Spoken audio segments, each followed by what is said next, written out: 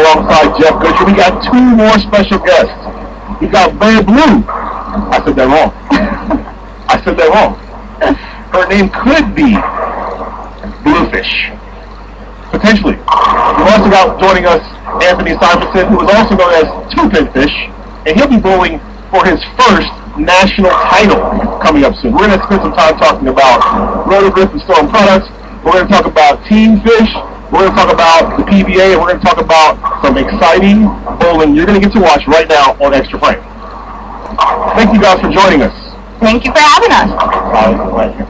So, Anthony, you are 18 years old, my friend. And you, very shortly, will get an opportunity to bowl for your first PBA national title. Tell me a little bit about how you kind of got to that spot. What did you do? I mean, how did you get the chance to be able to bowl for a title? And who you bowling with? Bowling, teaming up with Connor Pickford for the Mark Holman doubles tournament. We got teamed up together. We were kind of chit-chatting, hanging out one day at another stop, and I was like, hey, Connor, next doubles tournament they have, do you want to bowl? And he said, I'm in. I think our key to bowling good out there that week was just communication. Good shots, bad shots. We communicated all week. Basically, Connor had the job of telling me where to throw it, and I just tried to do that to the best of my ability. All right. And Blair, you are the social media expert. So, like when people are hashtagging Storm Nation, when they're communicating with Storm, you are kind of like the one that's behind the scenes making that happen. Yeah. Exactly. Yep. So maybe tell the fans a little bit about if they want to get in contact with Storm or Roto-Grip, how do they do that? Sure.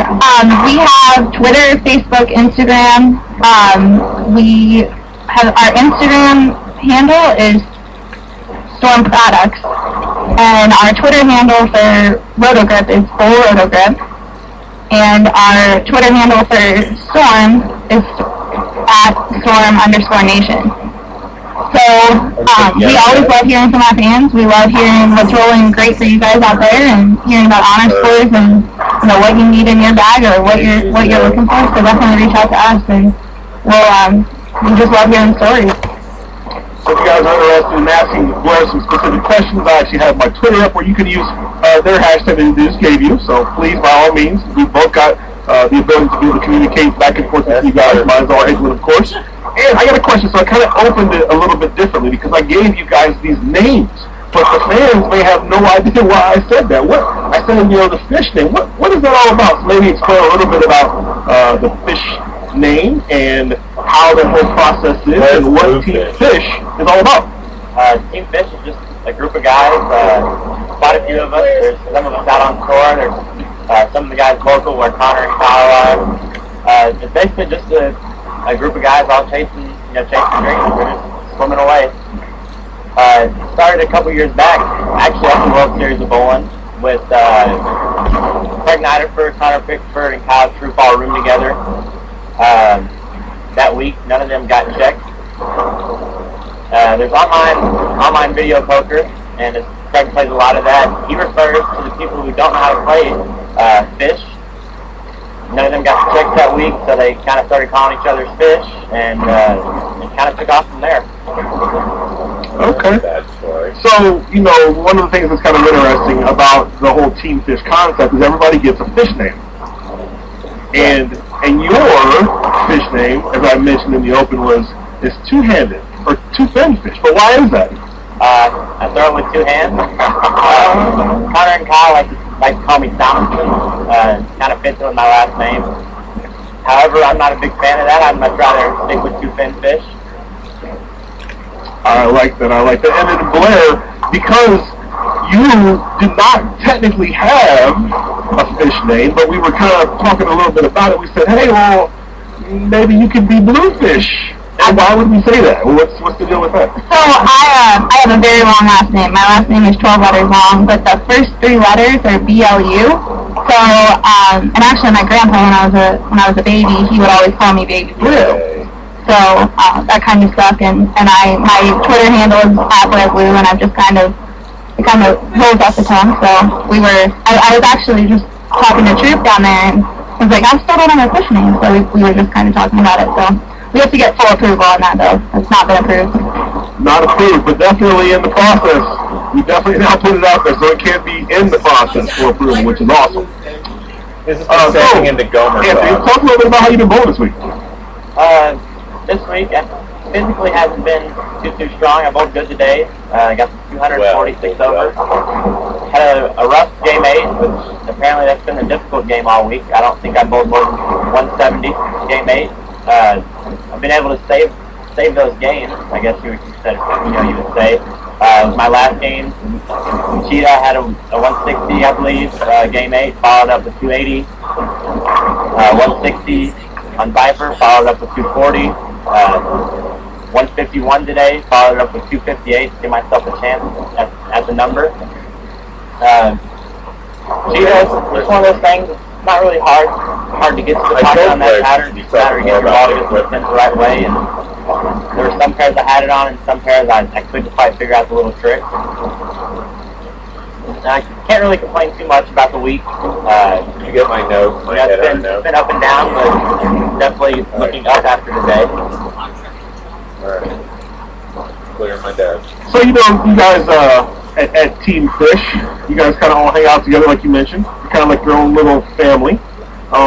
If somebody wanted to get some more information on Team Fish, where would they go? We actually have a Facebook page, Team Fish. We also have a website, teamfishbowling.com. You can check out everything we got there. T-shirts, hoodies on the way. So either teamfishbowling.com or the Team Fish fan page on Facebook. Blair, nice job fogging Storm and Rotogrip right now. So there you go. You got some free information there on how to get involved with Team Fish, and definitely, I like Team Fish. I'm a big fan of Team Fish. We had actually talked about, me getting a fish name at one point in time. So definitely, I'm very, very fond of the Team Fish group. A lot of young, exciting to watch talent. So definitely kind of the future of the sport there for sure. We're getting ready to wrap up this game. Norman Duke will throw the final shot, and they'll give him a nice little strike there. Norman's on Storm staff. Absolutely. He's a favorite. Whenever we post anything on Instagram or anything, people love Duke. Yes, they do. Norman's been doing it for quite a long time. And he's got a long way before he's done. Yeah. So that gets rid of 3 games.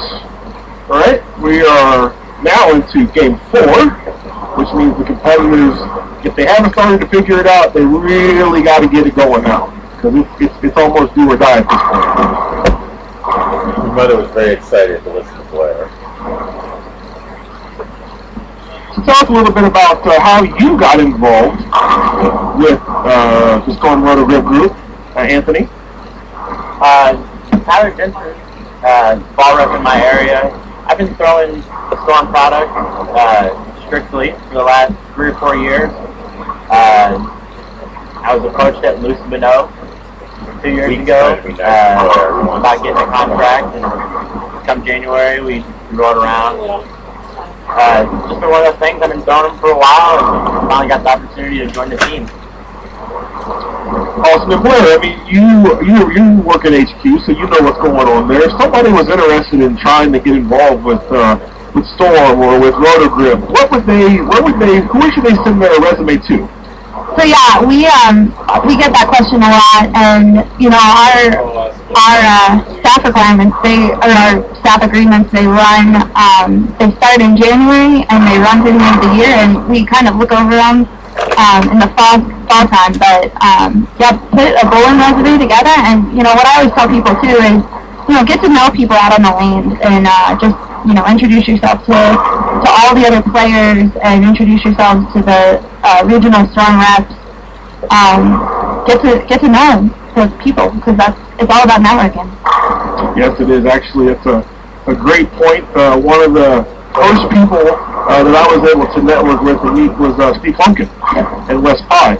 I met them at a trade show, and that kind of was the beginning of me being able to get into the industry and be able to work in bowling. So So definitely good advice there. Yeah, I mean, and for me, I'm really thankful that I can work in the industry because it's always been a dream for me. And I was bowling Queens in Wisconsin in May, and Hank Boomershine was, watching one of the Storm players next to one of my friends, Mary Wells, who was bowling, and I was wearing an Ohio State jacket, and he's from the Ohio area, and we just started talking about Ohio State because that's where I went to school, and that was how the interview, We need to plug the Storm or the opportunity to interview for my job actually came about. So it's all about, just talking to people and paying attention to what's happening around you.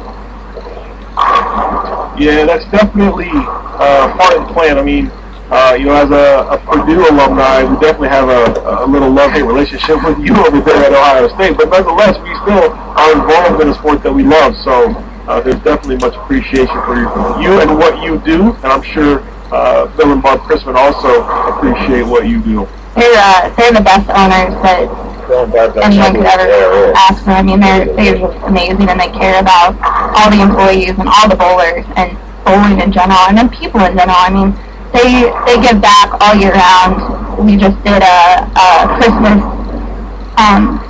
We collected money and bought Christmas presents for an adopted family in Utah, and we do the Pink Lanes Pink. So it's just you learn to give back when you're part of the Storm family. Oh, that's true. That's very, very nice. So one of the things that's interesting, I read a comment on Twitter. There already is a member of Team Fish that's a female, because most of the Fish family is all male, but there is one. There is already one. Actually, two. There's two? Brandy Sanderson. What's your fish name? I'm not 100%. Nola Fish. It's Nola Fish. Correct. It is Nola Fish. Aha. And then who else? We also have Elise Bolton. Yep. And what's her fish name? That's a good question. I'm not very good. It's Blanchovy. It's Blanchovy. It's Blanchovy. So it's kind of neat. It's kind of cool because I actually like the whole concept, because it's either tied to your name or tied to what you do or tied to something. You know what I mean? Correct. So I'm a big fan of that. I had a contest. And I said, hey, if I was going to get a fish name, what would you call my fish name? And there's a whole bunch of different ones, but one of them that kind of came to the top was Purple Fish. So that was kind of neat.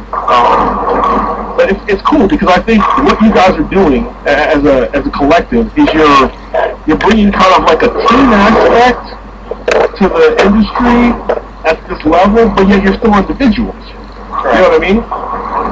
We're just kind of draw a little more attention, give the fans something else to follow week in and week out.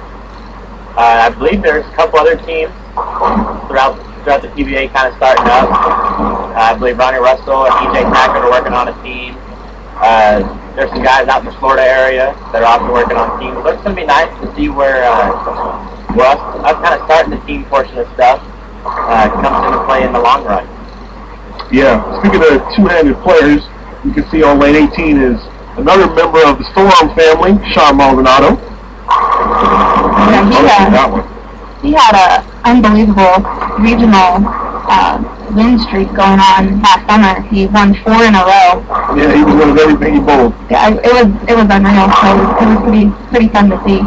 We also on the 19 and 20 could sometimes see Stu Williams, I think. Also have DJ Archer compared to the left. I get to bowl against Sean and with Sean quite a bit throughout the year. Him being in Houston and myself being in the Dallas area. And it's crazy when that guy starts striking. It is really hard to get him to stop.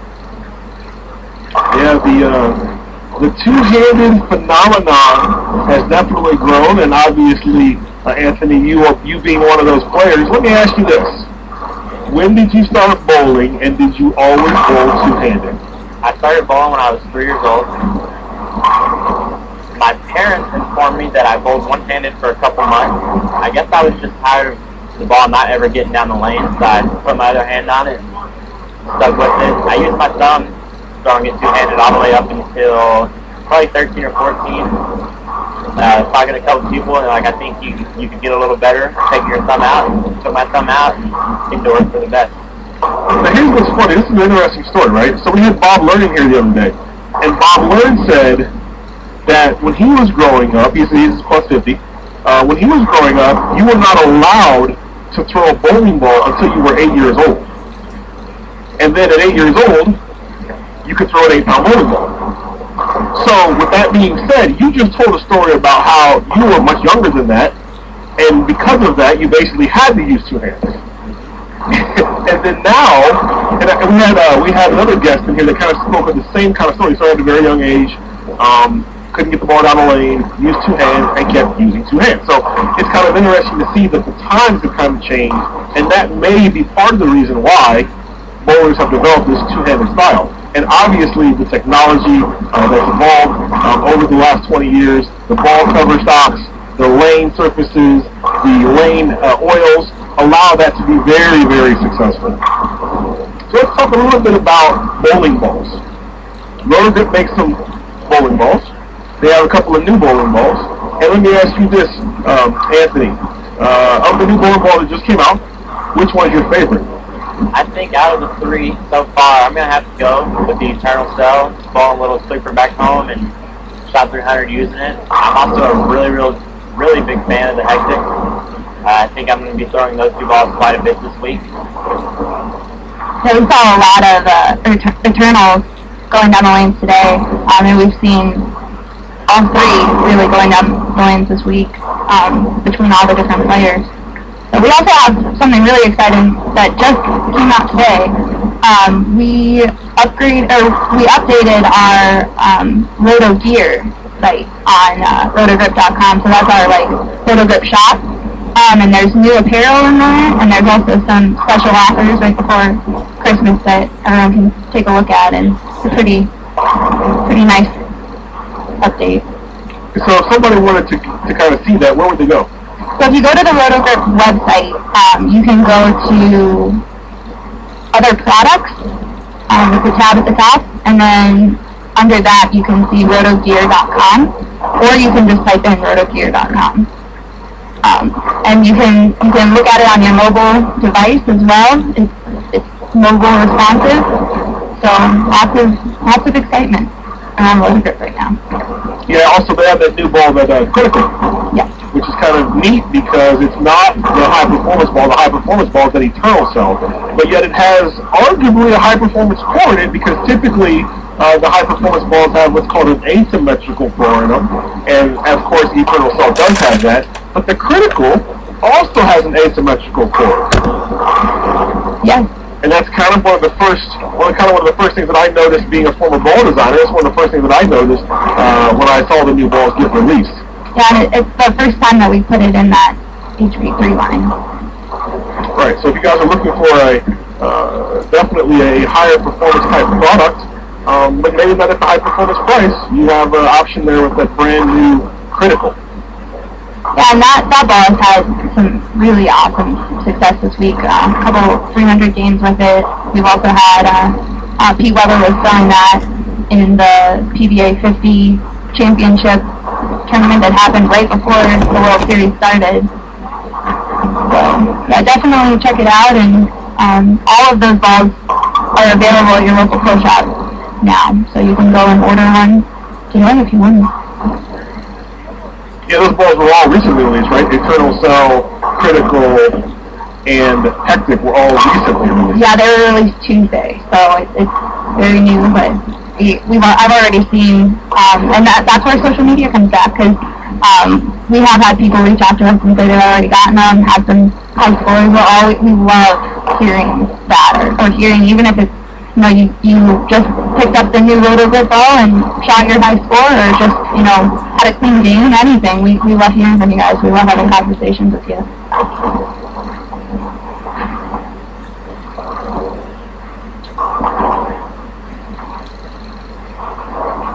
Well, on that note, we will talk a little bit about the bowling that's going on right now. We saw Sean Rash just take out the 9-pin on 27 and 28. We got Josh Connor on a 3-bagger. And he's from my area, actually. Is he? Yeah, he's from Columbus. I've grown up with Josh. We have Yilka Stankin. We've got Eddie Smith and Sean Rash. Sean Rash is actually bowling pretty good. He was just barely in yesterday. Matter of fact, he was the number. Yeah. And then he was hanging out with us a little bit earlier, and he was a little scared, and then had the block counted up to that. Well, maybe, and then he got in. What's interesting about that is with him getting in, it actually forced EJ Tackett out, and then EJ came up to us this morning and was like, "Look, that ain't gonna happen again.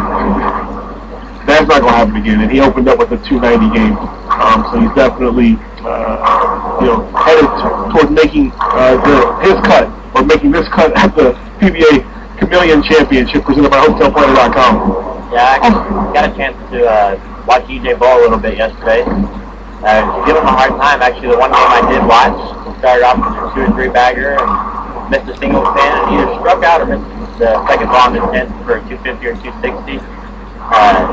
Give him a hard time about it. I guess when you strike that much, you don't need to spare. And as the standings would say, it looks like he did need to spare yesterday. I would have to agree with you 100% there, Anthony. Eddie says we're shooting at the 2-4-10. He took the 4 pin off. Struggle a little bit. We'll have to figure out something. Just plus 76. We'll make a little adjustment there. So let me ask you this. So, first off, do you have a spare ball? I do. Is it plastic? Correct. I'm using the pink Storm polyester ball from Storm. I had the red Own It one. It disappeared. Flying back home from another tournament. I'm not sure how it disappeared. The bag was zipped up. There were no rips in the bag, but the ball was not in there.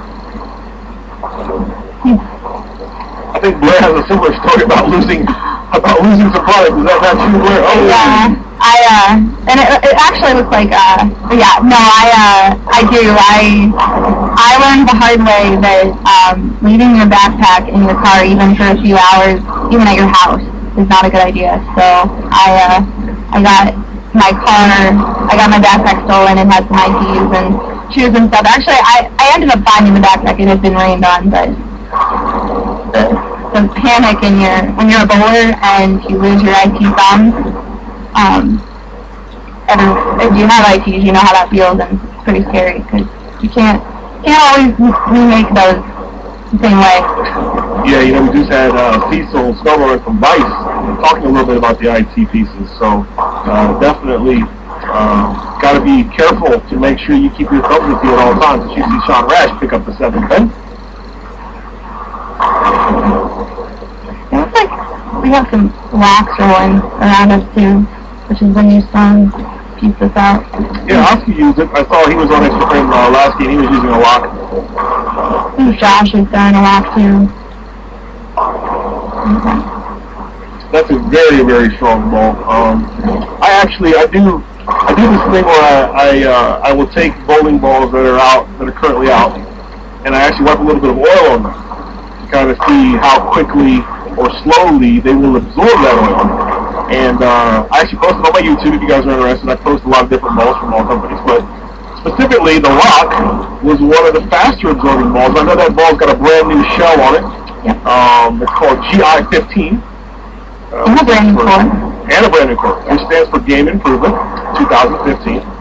And I know that ball is a very, very strong piece. Definitely turned some heads when that ball came out. And when I did the little oil absorption test, I was pleasantly surprised.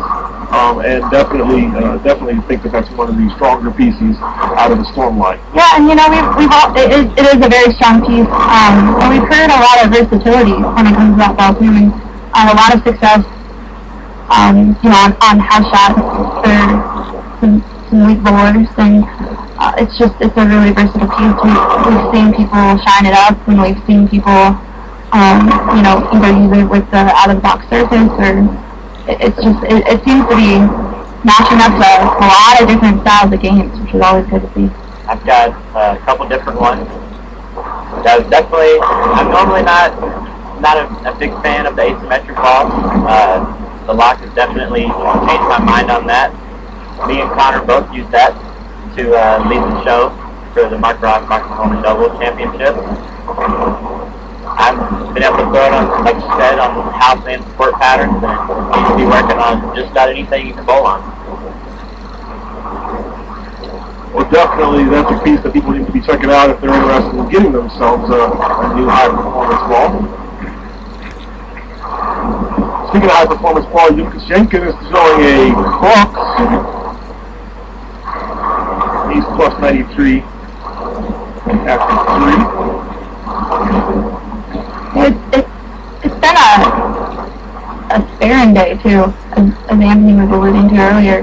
We've seen a lot of striking. I know you've seen a lot of striking on Extra Frame too, but definitely spares are important to each of the games because you'll hit a pair that's really different than the one that you were going on before. Yeah, spares are playing a big part this week. Unfortunately, in my 150 game, I missed a single pin, which I'm hoping that doesn't come back to bite me. But if I make the spare, that puts me tied with the rest of the players at 255 over. There's a three-way tie for 8th, 9th, and 10th place.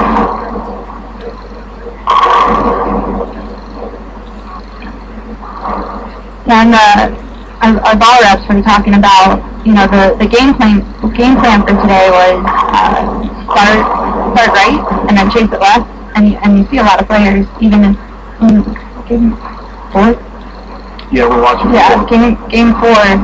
People are already kind of chasing left, and they're further left at this point than they were earlier, I think, for the most part.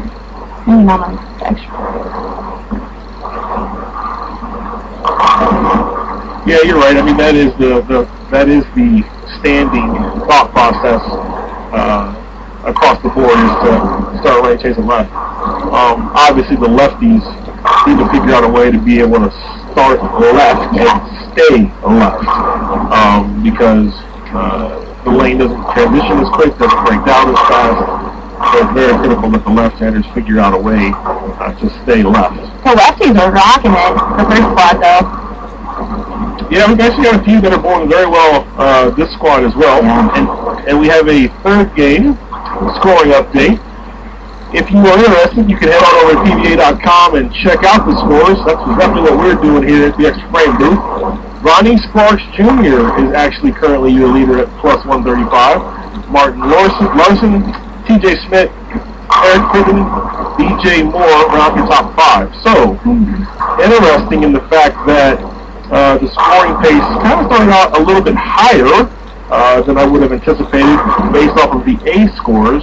And this block now in 24th or tied for 23rd, Thomas Larson and Jordan Jung at plus 83. So the pace is a little bit higher currently than it was for the A squad. We'll find out if that pace will continue or not. So Anthony, this is your first World Series of bowling, correct? Yeah. And so far, if you were telling somebody who has never bowled a World Series kind of what to expect or what you've learned, what would be one thing that you would tell somebody who's hey man, I've seen these guys bowl the World Series, I want to go up there next year. What was one thing you would tell them?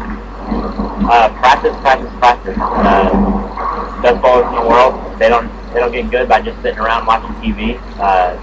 Many of them practice multiple days a week. I know guys who practice multiple hours every day of the week.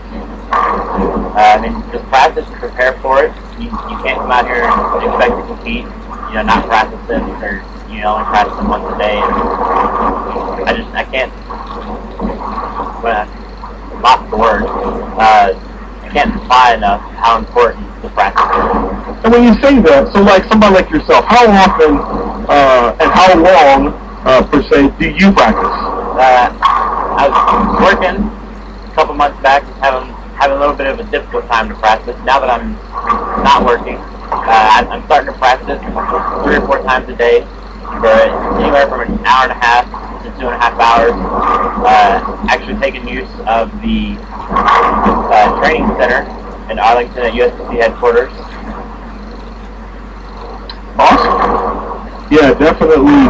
If you want to bowl with the best in the world, you're going to have to practice a lot. You're going to have to get a good understanding of being able to repeat shots because that's one of the key things that you've got to have in general. But let alone out here, you've got to be able to repeat shots, especially under pressure. So let me ask you this, Anthony. You guys have had some storm reps behind behind you, and you have them help you. Maybe explain to the people at home that have no idea what a tour rep does. What do they do for you as a player? They help us out with ball choices, ball services there in practice. We're not competing, during our official practice session. We're talking about balls we think we need to drill, what gaps we have in our arsenal that we have out here for the week. They scout pairs for you, so if you're moving to your next pair, ask, hey, if we started here, and they kind of give you the rundown. For instance, today, the guys are really smart. I was on the higher end earlier in the block and made the transition down to the low end, right around the middle portion of the block. And Timmy asked me where I was going. I told him 7 and 8. He said, that end's been much tighter today, and sure enough, he was right. They basically just help us keep our heads on straight. If we get a little lost, they help us try to get lined back up. It's always better to have 2 eyes and 2 brains over just yourself. Sometimes you have an idea, you're not 100% sure if it's the correct idea, and having somebody else that you can discuss it with and make yourself confident about your decision makes it much easier to bowl. Absolutely. That's a great explanation of how the tour reps actually help the players here. So that is one of the benefits, one of the additional benefits of being a member of a staff. Correct. Because if you were to come out here and you weren't a member of a staff, you probably would not get that same support. No, our team, as well as the other guys, none of the guys out here dislike anybody. If you got a question, whether if you're not on staff, feel free to ask. None of the guys are gonna, turn away and not help you. It doesn't take but just a couple minutes of their time. They don't mind helping anybody out. That's a really good point, because all of the players are really reachable, and the best way to learn is to get out and bowl tournaments, and Anthony and all the other Storm and Rota staffers are going to be bowling back home when they go home, and if you're bowling a local tournament, you can talk to them and talk to them about their experiences and learn from them. So let me ask you this, Anthony. Do you use one of these interesting things I see a lot of bowlers using now? It's kind of square, and you use it to wipe your bowling ball off. I think it's called a chamois. I am. I think Storm is getting tired of sending me chamois. Not 100% sure how long it's been out, but I've probably gone through 10 or 15 of them.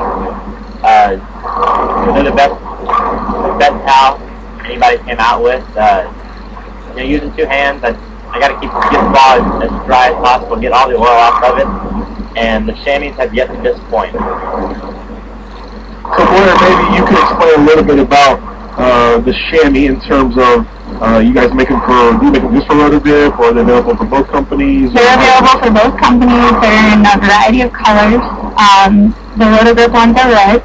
I think, and they are awesome, and they're popular, and they work. If you're bowling on a condition that has a lot of oil on the lanes, and you see that oil track come back, or if you're bowling on a pattern that requires surface, whether it's short or long, it'll help keep the surface intact longer, and even if you're just bowling regularly, it helps keep the balls to their best degree of performance. And they're available. You can check them out on our website, stormbowling.com, and on the Rota Grip website. And you should be able to find them in your pro shops, especially in the VIP pro shops. Just had Zeke Bates stop by and told me he shot 300. Nice. Game 4. So I believe, looking at the scoreboard, I was peeking down there, I couldn't tell who it was. Looks like that 300 game gets him to about 120 over. Not a bad spot to be with 5 games left to go. Absolutely. Zeke Bates, one of the young guns as well. Correct, and a part of Team Fish. I personally think if I had to pick a favorite Team Fish name, I think it would be Zeke. His last name being Beatty, Fish Bates. Yes, sir. Fits the team as well as his name just right.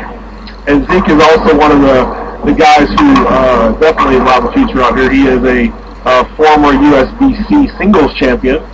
And is a very, very well-known, accomplished bowler out here. So, congrats to him on shooting a perfect 300 game in his first ever World Series of bowling. He actually won his eagle right here in this building. Before I was even friends with Zeke, I actually watched him take the singles lead. A little disappointing in his 10th frame. He had left 3-6-10 and didn't get any of them, and he did not think he took the lead over. Everybody was trying to tell him, you took the lead over, and he stood in front of the leaderboard for 10-15 minutes for them to update it, and didn't believe it until he saw it. And definitely a fun experience to watch.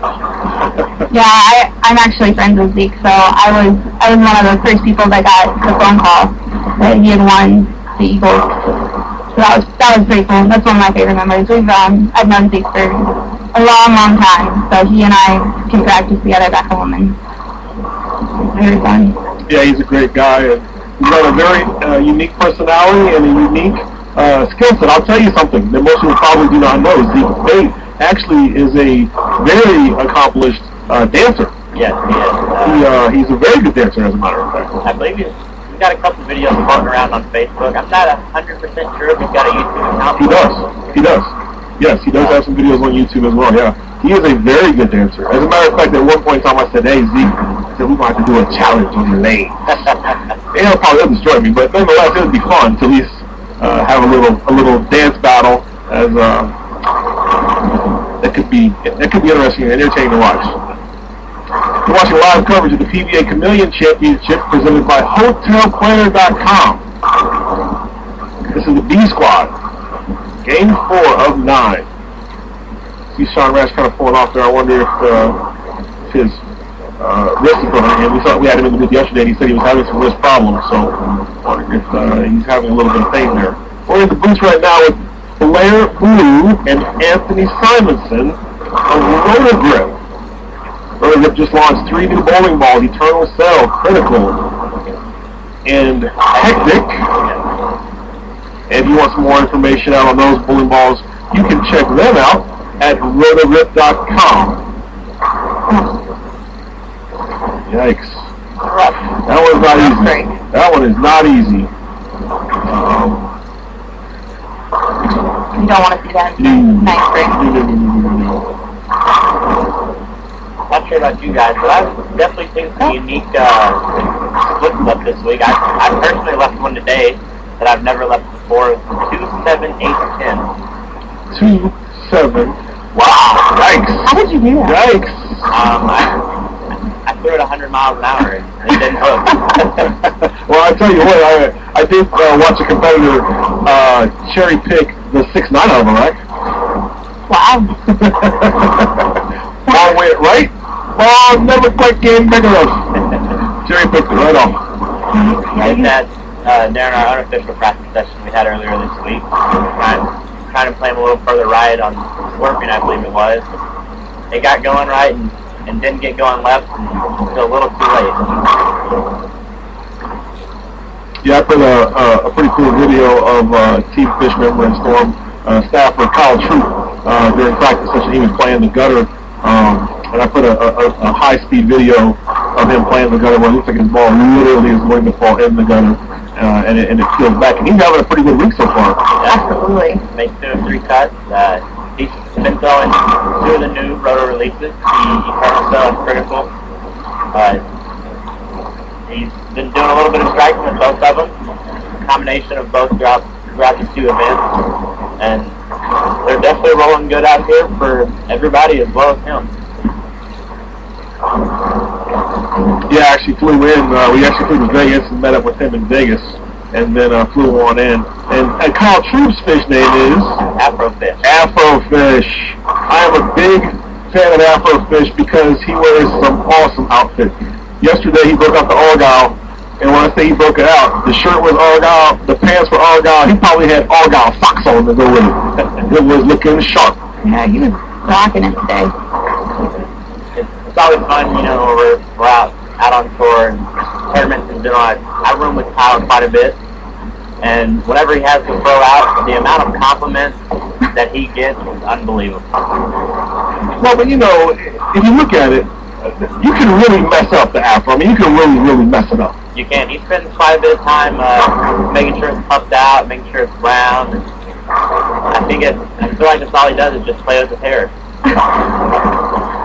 But he does it right. I mean, he definitely does it right. I'm impressed yesterday when we had him in the booth.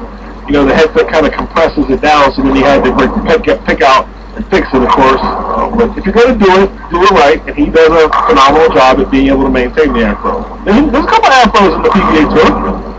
JT typically will wear an afro too. JT Axel Jackson. We may see him here on an extra frame game or two. So definitely, if you're going to do it, you got to do it right. It's just different. Having your own style.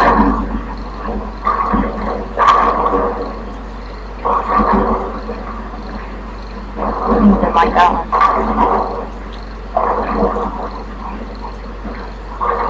So we're getting ready to wrap up game 4 of 9 here.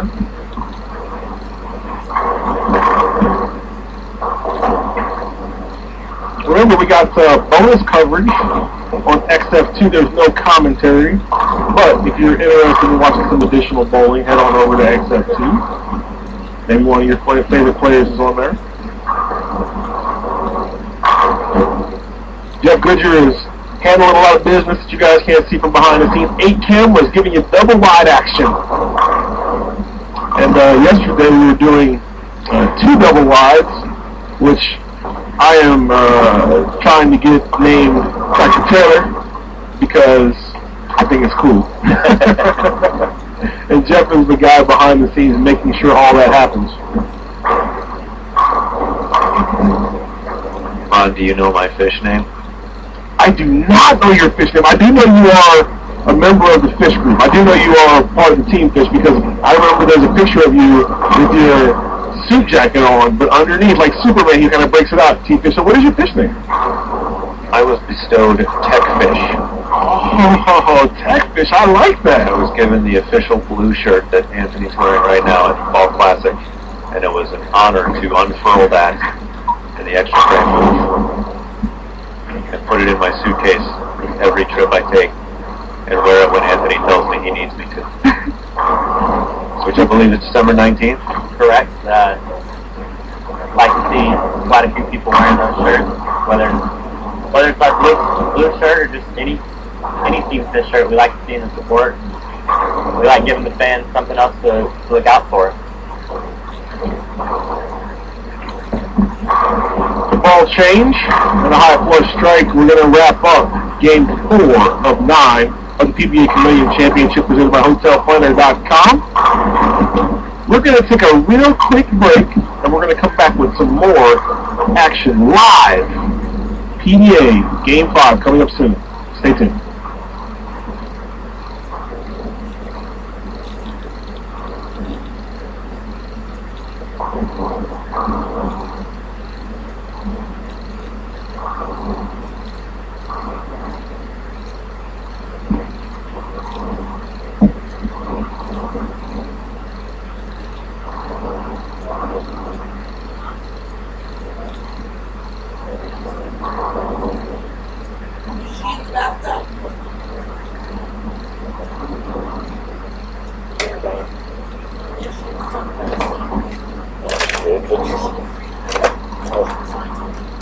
Oops.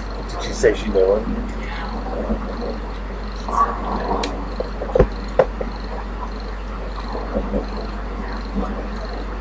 What are the chances?